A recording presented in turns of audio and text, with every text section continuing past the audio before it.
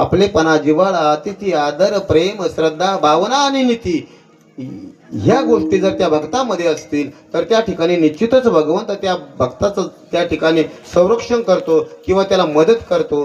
असं एक सुंदर तुमच्या पुढे प्रसंग सादर करतो. बघा, मंगळवेढ्यामध्ये त्या ठिकाणी संत चोखोबाचा जन्म झाला आणि संत चोखोबाचा जन्म झाल्याच्या नंतर त्या ठिकाणी त्याचे लहानपणीच आई वडील वारलेले.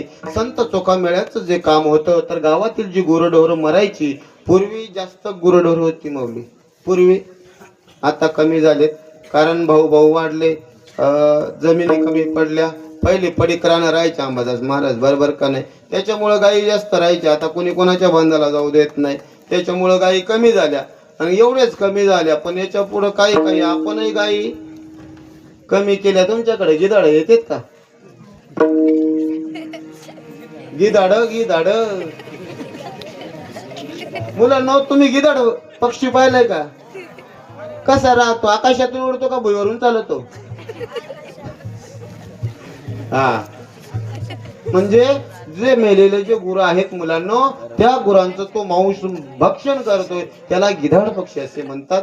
आता तुम्ही मुलांना आता पाहिलं असेल, पण आणखीन काही लेकरं जन्माला येतील, त्यांना गिधाड हे पक्षी आहे का माणूस आहे का राक्षस आहे हे सांगता येणार नाही.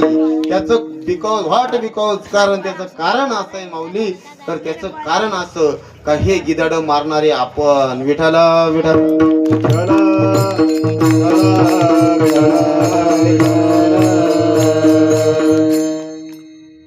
का आपण कशी आपण, तुम्हालाही शंका निर्माण झाली असेल. बघा, पूर्वी आपला नागराचा बैल, घरातला बैल म्हातारा झाल्याशिवाय घरा गोठ्यामध्ये मेल्याच्या नंतर आपण गावाच्या पलीकडे नेऊन टाकत होतो.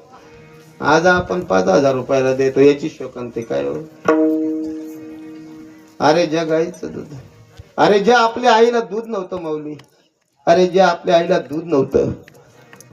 माझं एकुलतं एक लेकरू जन्माला आलंय, माझ्या लेकराला दूध नाही म्हणजे माझ्या स्तनात दूध नाही. ती आई म्हणते घरी असणारी गाय माऊली, घरी असणारी गाय, आणि त्या गाईचं दूध त्या बाळाला म्हणजे तुम्हा आम्हाला पाजलं माऊली. आपल्या आईलाच आपल्या आईच्या स्तनात दूध नाही म्हणून त्या गाईचं दूध पाजलं. त्या गाईचं दूध पाजलं, त्या गाईला त्या ठिकाणी वासरू जन्माला. त्याच वासराच्या सानिध्यामध्ये आपल्या बापानं एक वारका बैल लावला. कळतोय तुम्हाला? वारक्या कळतो का? वारक्या बैल काय म्हणतात हो त्याला?